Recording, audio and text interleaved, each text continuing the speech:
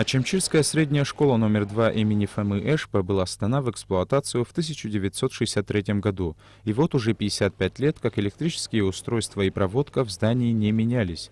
В довоенное время школьные классы обогревались отопительными батареями от котельной, которая находилась напротив здания, а электропроводка была рассчитана только для освещения. После войны котельная пришла в негодность. Помещения стали обогревать электроотопительными приборами. От перегруза напряжения провода стали плавиться и замыкать. Каждый раз, когда зимний период, включаются печки, наша проводка непригодна для этих печек. Начинается замыкание, выбивает свет. То есть мы бежим одну сторону, отключаем блок от питания, те греются, другой блок. И вот такая система была зимняя. Это очень сложно, очень было неприятно, и работать физически так невозможно.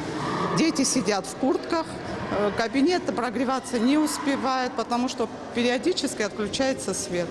В ходе проверок инспекторами энергетического надзора Госстандарта было выявлено, что главный распределительный щит давно устарел и имеет следы возгорания и накаливания. Электрические провода устанавливались еще в советские времена. Как правило, они алюминиевые и не рассчитаны на возросшее количество электроприборов. Ситуация довольно критическая и создает угрозу жизни учащимся и педагогическому коллективу школы. Состояние электропроводки очень критическое, небезопасное. Мы даже рассматривали варианты об отключении. Но учитывая то, что учащихся очень много, 450 детей, мы не можем обесточить и оставить детей без места учебы. На сегодняшний день мы не обестачиваем, отключение будет завтра Ачамчирским РЭС. Дали им кратчайшие сроки на устранение всех этих неисправностей и замечаний.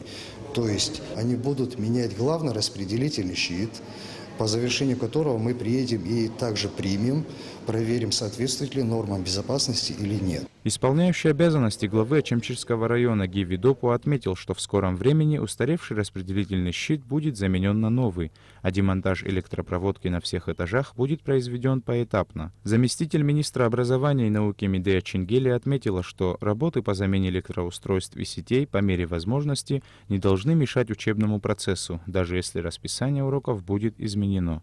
Саид Джарсаля, Анатолий Маланя, Абхазское телевидение.